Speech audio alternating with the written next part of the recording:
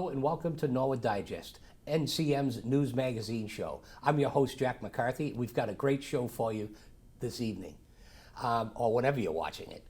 Joining me now to kick it all off is our friend Patti Fanning, who is the author of several books about Norwood and the history of Norwood. And here we're trying to talk about the old cemetery is what I call it, but what's the actual name?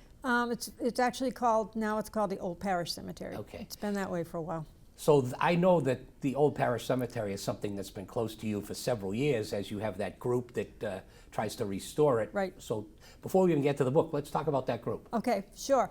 In about 2018, a group of us got together and decided that it was time to pay attention to the Old Parish Cemetery.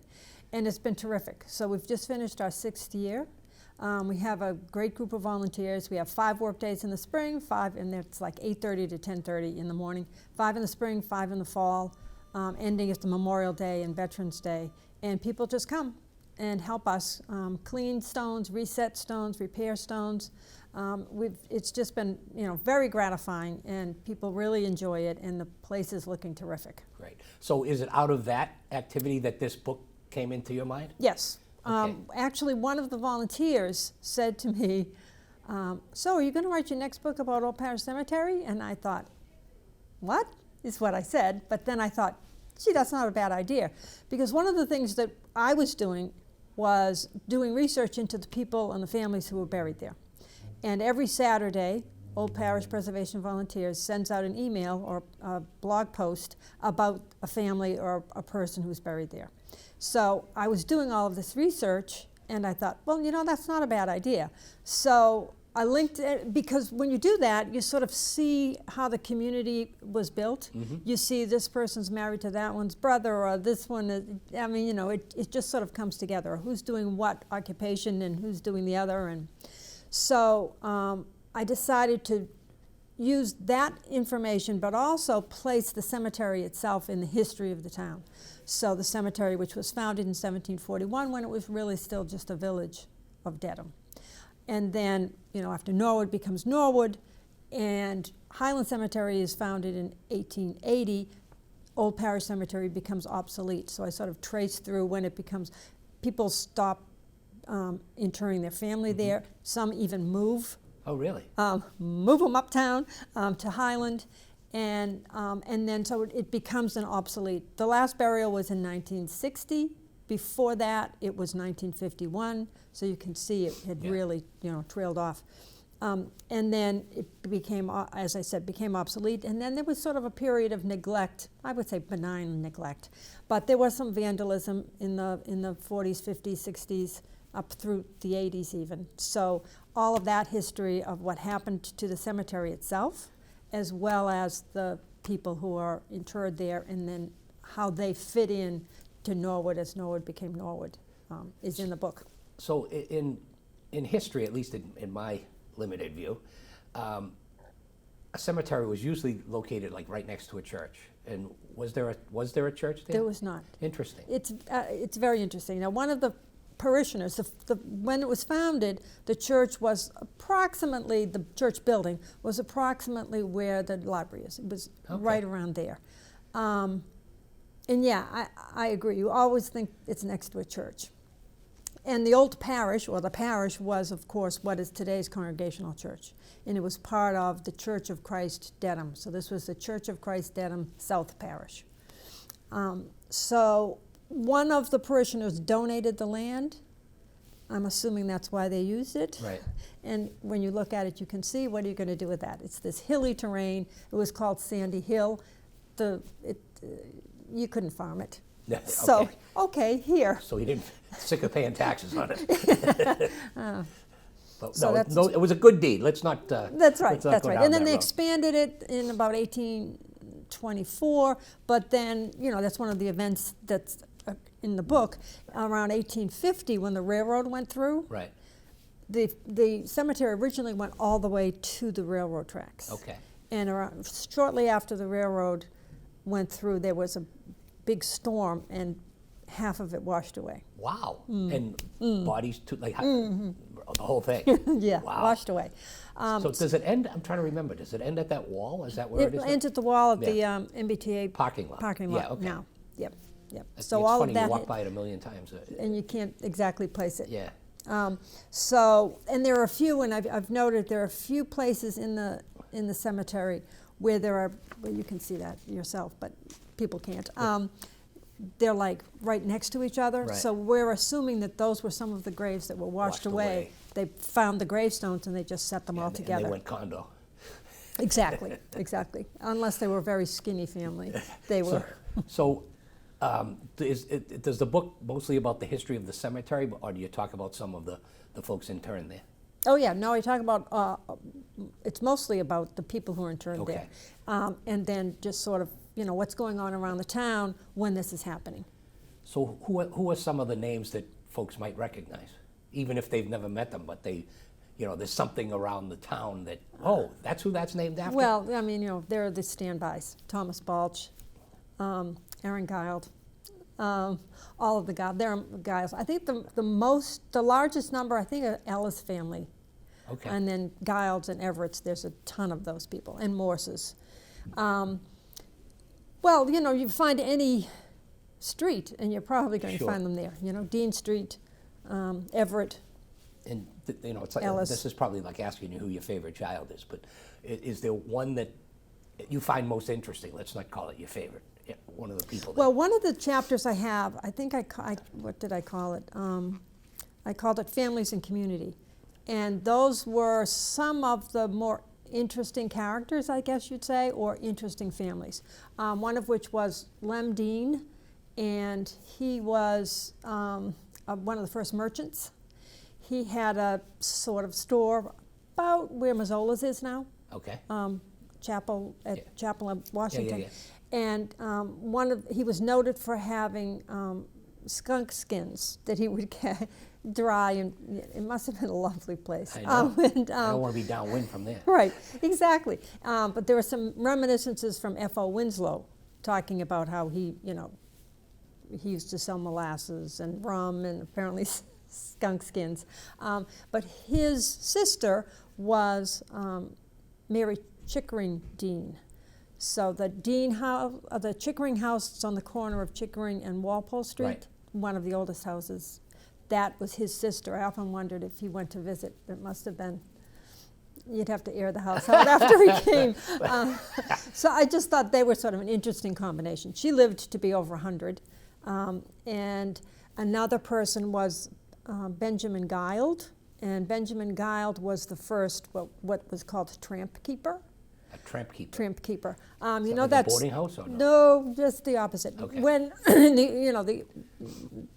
just after Norwood became Norwood, if tramps came through town, and there were a lot of them, like after the Civil War and then on up, and with the railroad, they sort of, each town individually had to house tramps if wow. they came through.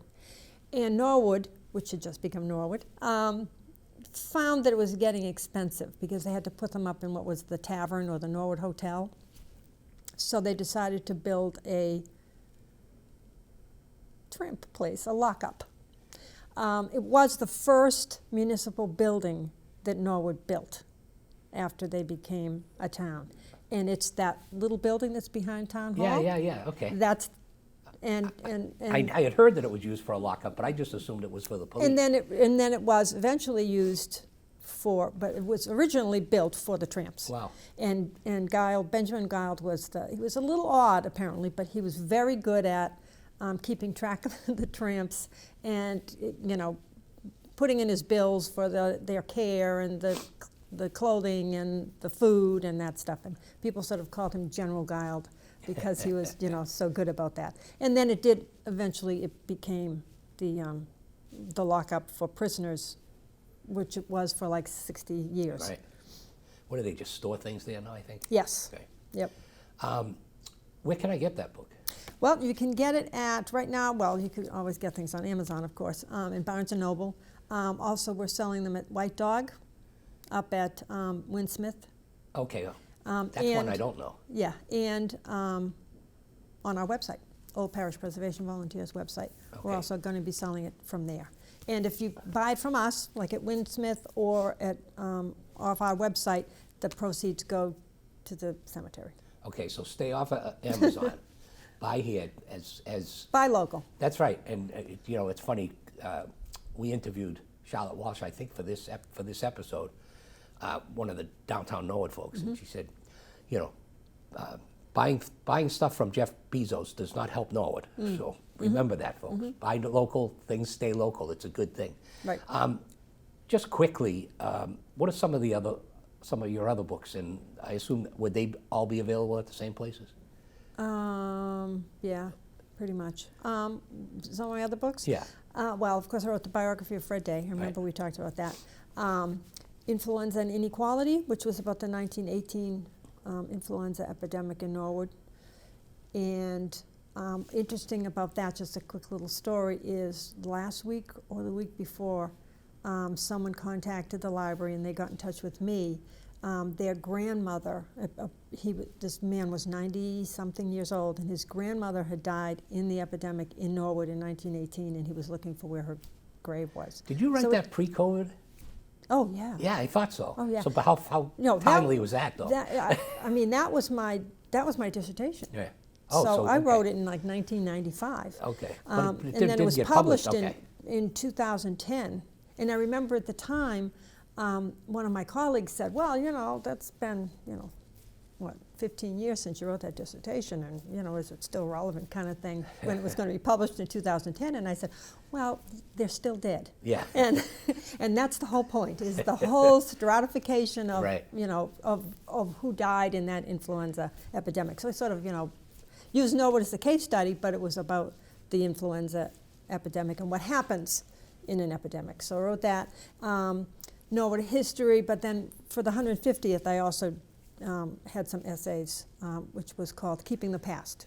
And that was about individuals? No, that was just about things I liked. There was Okay. a thing about Aaron Guile. There was something about some of the people buried, the Civil Okay. War in here, Joe Gould. And was Joe Gould the, how do I say this? Not eccentric, but Yeah.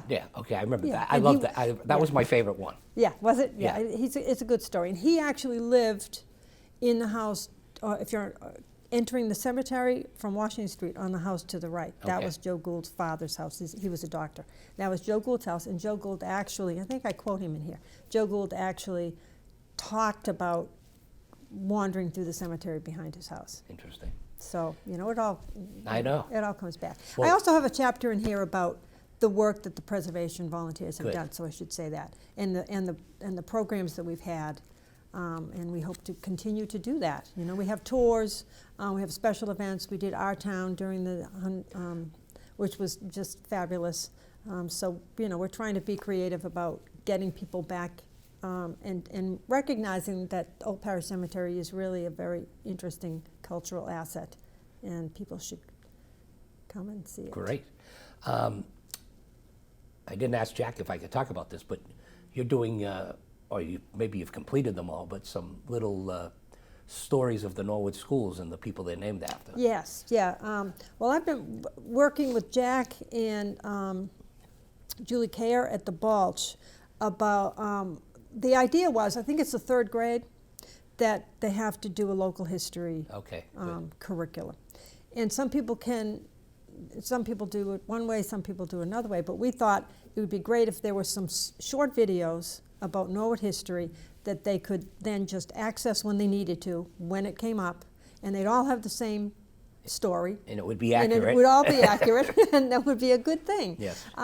So we have done, I think he's just finishing up Prescott. We've done all the school, who the schools are named for.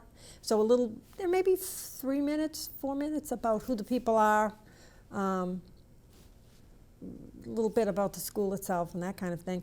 We've done one on the origins, the founding of Norwood, sort of ancient history stuff, how Norwood was founded. We're doing one on Aaron Guile.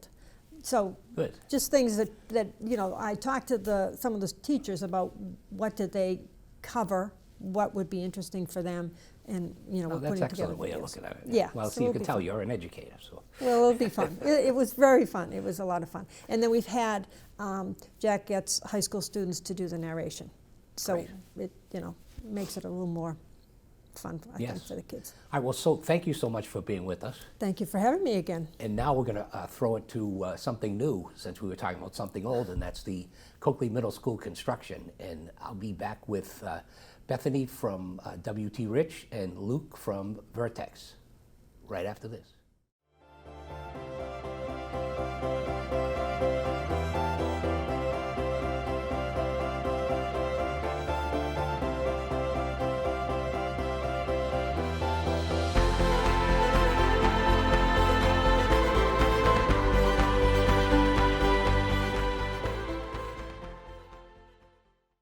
Welcome back to Norwood Digest. I'm joined by Bethany from WT Rich, who's the senior project manager for them on the Coakley Middle School project. And as you can see behind me, a lot's happened since we've been here last. So why don't you tell us what's been going on? Yeah, so you can see a lot of steel. They're picking about 100 pieces a day in place here. Zone C is right on track. We're going to finish Zone C and move to B and A out through like we've been doing the rest of the project. So foundations have also finished since we were out here filming. So we're ready for steel. You can see the deck goes on top of the steel. So that's going to be the next step here, is the deck's going to get turned over to us in about a week. Wow. So this is going up remarkably fast, in my opinion. Is this typical? The crew we have here is pretty aggressive. I wouldn't say it's typical. I'd say they're the best. This is stellar. They're the erectors, and they get the steel from Norgate. So they have this down to a science. The steel's all coming from Canada. They have each truck loaded perfectly and sequenced perfectly, so they can just pick it right in place. So there's a real lot of efficiency in their work. And right now, knock on wood, they're forecasting ahead of schedule. And it looks pretty tall. Is that the highest part? Is it going to be higher than that, or is that it? What you see here is the highest point. So there are 4 stories, and that's the highest point. Obviously, there's a little bit of framing and roofing on top of the steel, but what you see there is the highest. So we've notified FAA that we've reached our maximum height here. And why FAA? Is it because we're so close to the airport? Yep, exactly. We're in the radius for the airport, so anything we do here, for even the crane had to notify the FAA, and any other cranes we have after over a certain height, we have to notify FAA. Okay, wild. Because I don't remember doing that at the high school, but we probably did because it was on a hill. Yeah, it is the school on the hill after all. And it depends on the height and Yeah. the radius. There's a lot of factors. Oh yeah, just further away. So. Yeah. So. But anyway, how many people do you think you have in this crew? On this crew specifically, we have about 20, 25 people, sometimes a little less. Actually, most of this crew, they've been working Mondays through Thursdays, and a lot of them come right up from Connecticut, which is where they're based. Okay. So they stay here overnight, and then there's a few local guys with them. So. And are they the only guys working now? We also still have the site work crew on site. They're doing some stuff around the site with the utilities. We also have some mechanical, electrical, plumbing companies on board. Actually, the electrician is here now doing some underground work that's over in Zone A. So a little bit further away, again, trying to do everything underground as much as we can to get ahead of it. So. Okay, so thank you. Anything else I should know that's been going on? No, hopefully next time you see it, there'll just be more steel. All right, and we'll be right back with Luke from Vertex, and he's going to tell us what's ahead.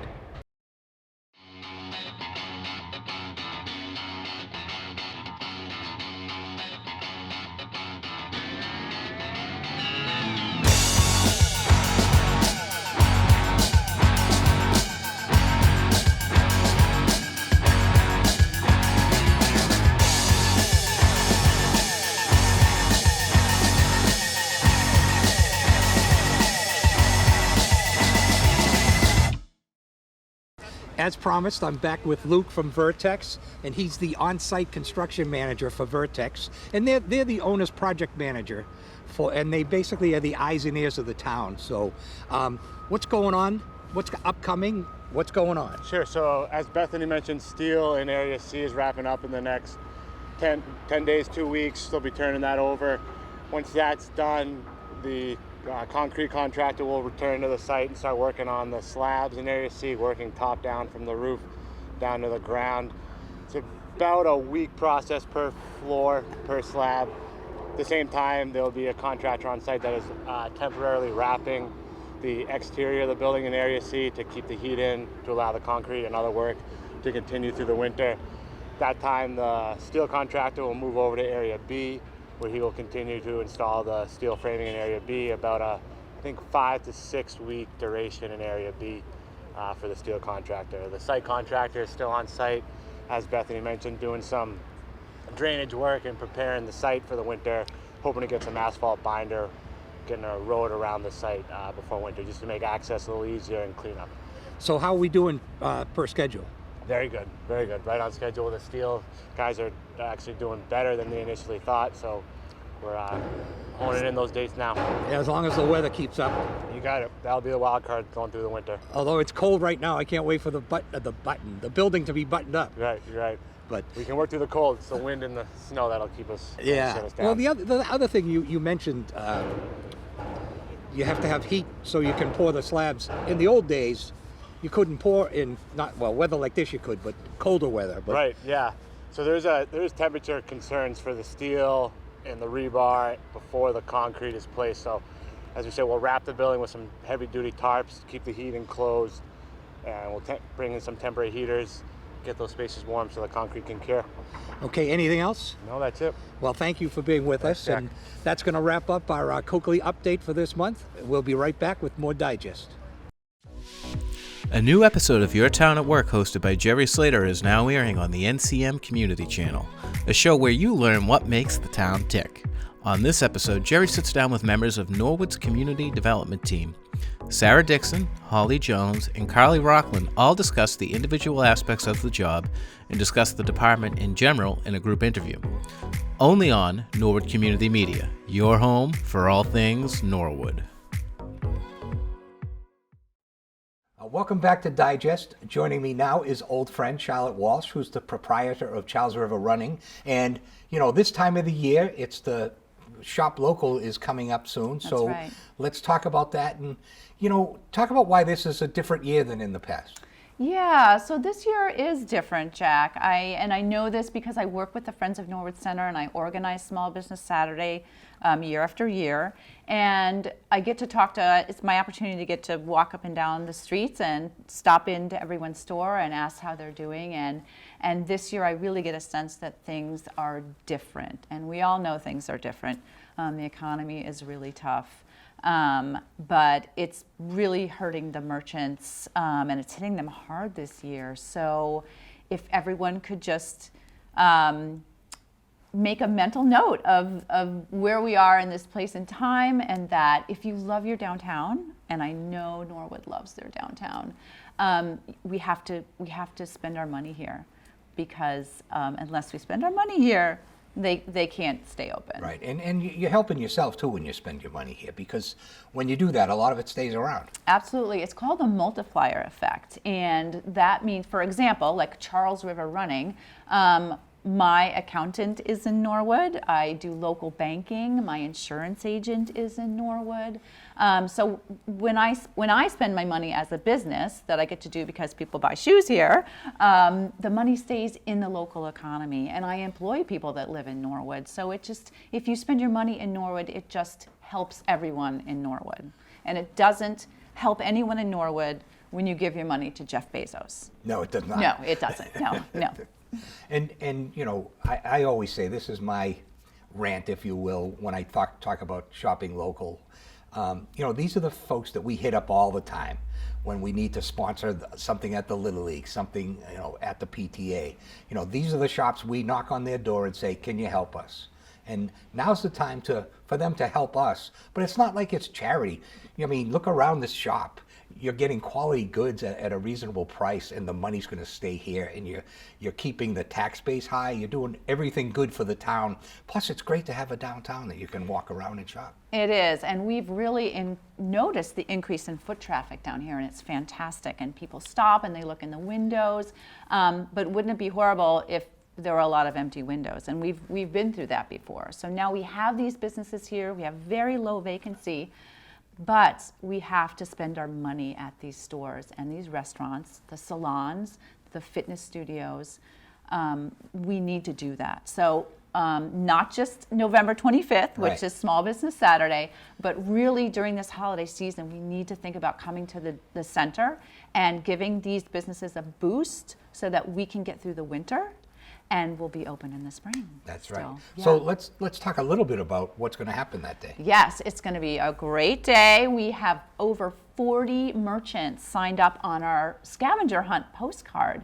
So we have a postcard that folks can pick up at Perks or here or the Juice Bar, and you just take that postcard around town, and all the businesses that are participating, which is almost all of them, are listed on the back. You shop or dine or get a massage or get your nails done. You check that business's name off on the back and you return the postcard to me. And if I'm not open, you can just put it through the mail slot. And we will collect the cards and pick winners. We have 12 amazing prizes donated by the local businesses to give out to the shoppers.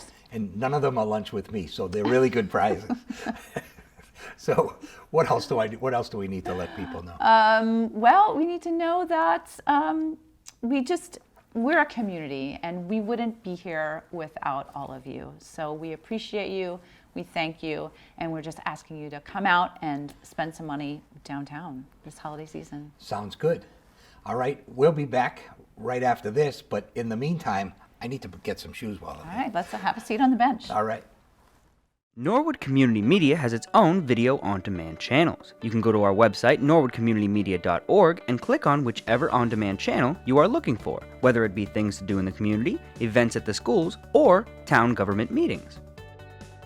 Once you click on one, you are going to be taken to a screen in which you can search for stories or videos you missed on TV or just want to watch again. Just click on the search bar on top of the page and start typing. Once you've found what you're looking for, just click in the middle of the video where the play button is and you are off enjoying one of the 3 on-demand channels NCM has to offer. And we're back with a very special guest, station manager Megan Corbett. And Megan's going to tell us about something that's kind of unique and new. Yep, so this year, instead of a live chat with Santa and the call-in show, we decided we wanted to try something different. We have this awesome studio up here at the high school and facility, and we'd like the community to come up and see it. But we're going to have Santa and Mrs. Claus here on December 7th. It's a Thursday from 5 to 7. You can come up, have some hot cocoa, take pictures with Santa, see our studio. It's open to anyone, not just kids. I think it's great if the community comes up, and because we are Norwood Community Media, and I just think it'll be really fun. Meet the staff and see what we do. And will they have a chance to talk to Santa? Of course, they can talk to Santa, take a picture. We're gonna have design your own ornaments. We have NCM ornaments, so you can color them, and just meet and greet. And I think it's just great to show people behind the scenes, because a lot of people know what we do on camera, but I don't think they realize what we do up here. Sure. Yeah. All right. Is that it? That's it. It's a quick one, and I had to go sweet. on camera. But the cool thing about that is your timing, because Santa's going to be in town the next day for Friends of St. Nick, and we're going to show Kiki Thaxter right now, who's going to tell us about who the Friends of St. Nick are honoring this time. You know the holidays are approaching when it is time to announce the annual Friends of St. Nick Luncheon. This will be their 32nd luncheon, and this year's St. Nick honoree is Bobby Conrad. Bobby is the owner of Conrad's Restaurant and has been a fixture in the Norwood and Walpole communities since the early 90s. He has quietly shown so many people his incredible kindness and generosity. Football is his passion, and he coached at Norwood High for over 10 years, 15 years as the president of Walpole Youth Football Program, and is currently the defensive coordinator at Dover-Sherburne High School. Conrad has organized golf tournaments that have raised over $50,000 for scholarships in memory of his childhood friend, Brad Wheeler, and $125,000 in memory of his former Mustang, Danny Reen. He is a constant supporter of local charities, schools, and families in need of assistance, and the Friends of St. Nick are pleased to honor him on Friday, December 8th at 12 p.m. Norwood Community Media will be broadcasting this event live on our community channel and streaming it live on our website. If you miss it, we will rebroadcast all through the holiday season. The 32nd Annual Friends of St. Nick Luncheon honoring Bobby Conrad, Friday, December 8th, live right here on Norwood Community Media, your home for all things Norwood. Welcome back to Norwood Digest. You know, the temperature's going down, so it can mean only one thing. It's time for Friends of St. Nick. And I'm joined by Mike Curran and Jeff Mahoney, and they are proudly clad in their Friends of St. Nick gear. Yeah. And, you know, it's an annual event. What number is this? 32. Wow. 32, yep. And so, just go. You, Well, we you know the didn't drill. plan this, by the way. We have plenty of, you could be clad in a lot of St. Nick's swag, which we have available for I have Dana a Farber. red one, You the do. gray one, and I have a black one. Yeah, we did not. Well, black is slimming. This is Yes. gray, with black underneath. But yeah, we didn't coordinate this like we're on, the Titanic life, one of the rescue boats. Yep. But It kind of looks like Ghostbusters, but go it ahead. does. Yeah. But it is 32 years. It's coming up December 8th. At the 4 Points, which we do every year, and we get such support from the town and from everyone that comes out. So December 8th, 11:30. Our honoree this year, if you haven't seen it, Mr. Robert Conrad of Conrad's. He's more than just steak tips, although Mike, not that much. Well, Mike, what? Carpetbagger. Yeah, he's carpetbagger, or another carpetbagger here with Jack. So We're taking over. Yeah. But no, we're pumped to Watch have your milk Bobby. money. Yeah, I know. Bobby, who's always giving back to the town. Obviously, he coached football for a long time within this town. He's been a fixture. We've also seen him out in Walpole a little bit, us people that are in Walpole. But yeah, we're very excited to have him be the honoree this year. Should be a lot of fun. Yeah, it's kind of hard to believe it's been 32 years. And I think I've gone to every one but one. No, strike that. I missed another one when my daughter graduated. So It has been noted. It has Yeah, been I know. noted. Yeah. I I noticed my table got moved back a little that next year. Well, All yeah. right, so, first of all, are the tickets left? Yes. Yeah. Yep. Everything you need to know is on friendsofstnick.org. And it's all, it's not a password, so you don't even care about lowercase, but friendsofstnick.org if you want to contact us about making a donation, maybe for a raffle item if you can't make the, or an silent auction item if you can't make the event. But I don't. Geez, Mike, I'm gonna throw you under the bus. How much have we done over the 32 years? Yeah, so I think, one fact I'll throw out there last year, obviously we sat with you, Jack, and we had Matt Brown as our recipient last year. Yeah. And last year was our largest year we ever did. That's why it gets exponential the last few years. Exponential, yeah. I think last year was up over $45,000 raised in a single day. So I think in totality, I'm not sure the exact figure, but I think we're up over $600,000-$700,000 since, We are there. since the inception. We're looking at the $1 million mark, as a board trying to get there. And I guess we should back up a little bit, just in the sense that all this money, and we've seen it in action, goes to Dana Farber directly. And I mean, the feedback we get from those that have unfortunately had to been patients at Dana Farber, and those of the family members who use Dana Farber, it's just been incredible. And as board members, we're spoiled because we get to go in there every year and see what they're doing. Yeah, I was lucky enough to go in one year. Yes, Yep. yeah, And yeah. it is truly amazing. And Oh, yeah. and there's a room, right?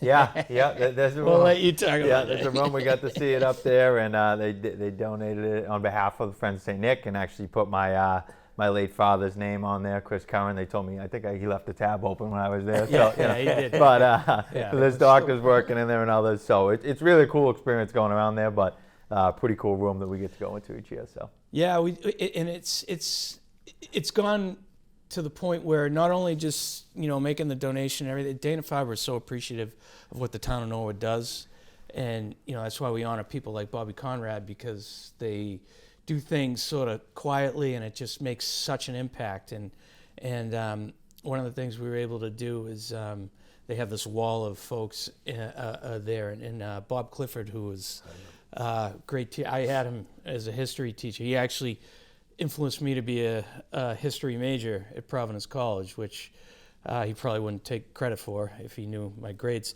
But unfortunately, we lost Bob during COVID pandemic as well, and just to honor him, because Friends of St. Nick was such a big thing for him, and just those little things. And then we got, Mike's father, the Kibbe Good Guy Award, which, we have an alumni. Jack is just to honor people in the town that are doing things that you don't get to recognize very often. And to do it for a great cause is why we constantly come here every year and deal with you. It's a labor of love.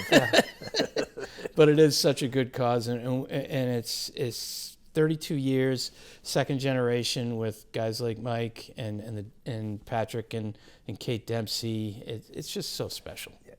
So tickets are $50. Are there any tables left, or? Tables are tight, but I think there's still some tickets available. Like Mo said, you can go right on the website. We do have a Facebook page as well, and always open to any raffle items. We do end up the night back at Nappertandy's in Norwood, so people can come down there. And we have some new items this year. And if you've never been, you'll learn a new song. Right, So exactly. You will. You will. will. Might not be FCC compliant. Not quite sure. But we will. I will say this year, one thing I'll touch on. Bobby is donating. Normally we have a Kibbe cooler that we raffle off each year. We have several items. He's generously offered multiple cases of beer and multiple cases of wine going with this cooler, so to raise even more money for Dana-Farber. So Mac won it last year. Yeah, oh, He did? nice. And he gave it to me. There you go. But he won it the wrong year, apparently. Yeah. This year will be a little bit better. So. And to Mike's point, like, we haven't said enough about Bobby, because we will in the coming weeks, but he was the first one to say, "Oh, what?" He was actually almost hung up on me. I was fortunate enough to call him to tell him that he was the winner, and he thought I was pranking him. So. But there is not a more deserving guy, and as every year, as you know, Jack. And there's never been one where I shook my head and say, "Why?" No, but this is the first one north of the Pike, so we're a little worried about that. Yeah, we're a little worried about the crowd we're bringing in, but we got customs set up, and there will be passports checked. So, what are some of the raffle and silent auction stuff? Is it too early to ask that question? No, we have some great ones. So we again some generous donations. We have a house in Ireland available for a week's stay that comes with some airline miles as well. We have a number of things. People might not want to go to Patriots, but we have a bunch of tickets, and we have generous donations by a lot of folks: Patriots, Celtics, Bruins. Bobby Conrad donating a lot from his various restaurants as well. The Old Colonial donating again a Christmas night on them, as well as a number of other golf events and otherwise. So there's a ton of great ones. A lot of them actually, end up be listed on the website as well, so you'll be able to see them there. So we're excited. And I noticed the new nice. I'm not a social media guru by any stretch, but I did notice on the socials. Nice. Tom Dunlay just has a new picture out there that has a new painting that's beautiful of the gazebo during a Summerfest concert. Oh, really? Yeah. It's a wonderful, wonderful print that he generously donated to us as well. He's got a studio down at Winsmith now. Oh, okay. Oh, right. Yep. Yeah, I had him on. I bet it's 2 years ago now. Really? Nice. What a wonderful guy. On demand. Yeah. There you Check go. it out. But he's if you look at, he does do lessons, but very nice. it would be total waste of money. This is our time, Jack. Come on. I know. Sorry, Tom. What else you got? No, that's it. But just friendsofstnick.org. All the information is there. December 8th, we start at 11:30 in the morning, and we have room for everyone. Whether you want to. Can't we open at 11? Some people do show up That's at 11. it. So That's Most true. is usually late, but I am. But I will say too that last year with Matt, obviously one of the youngest honorees we've ever had, and we had a lot of people that had never been there the day before, and a lot of them came up to me afterwards and said, "I'm not going to miss one going forward." So I think from our standpoint, we're obviously blessed and happy to raise money for Dana-Farber, but as soon as somebody comes once, they generally come for however many years you've been there. Yeah. 31. And I think Are you 31 years old yet? I Do you am. remember? I am. Were you born? You know what? Yeah, It was 29. the first one I went to. I went with your Uncle Buzzy. Surprised you went again then. Me and Mac were Mike McNamara. We were invited to be at his table, and it was with Tom Lamb was there. Oh, Tom Lamb. I forget Nice. who the honoree was. Could it have been? The first one? No, it wasn't the first one. With Tom? Well, that would have been and it's funny because Because I think Bobby. it was the second year or the third. Well, it's funny you say Tom Lamb because Yeah. only because Bobby's very close with Tom Lamb Yeah. because he coached Yeah, under him he mentioned when it, yeah. So And by the way, that check bounced for that table that year, so we're still looking for that as well to come back. with interest. I'll call Buzzy. You'll never get him back from Arizona. But anyway, despite what the impression these guys might give you, it's a great event, and it's been a very successful event, as you can tell. And Dana-Farber is so happy with what we do there, and it's not to be missed. If you go once, you'll want to go every year. There's no question about that. So thank you guys for Thank you, Jack. dropping by. Are we supposed to read the teleprompter going on? No, I'm don't. Ron Marshall C, and this No, is you're your not sports. supposed to do that. All No, right, no. sorry. This is my time. All right, my bad. Well, that wraps up another edition of Norwood Digest. We thank the great crew here at NCM TV. We thank all the great guests, especially these two. But mostly we thank you at home for allowing us into your living rooms. Good day and keep safe.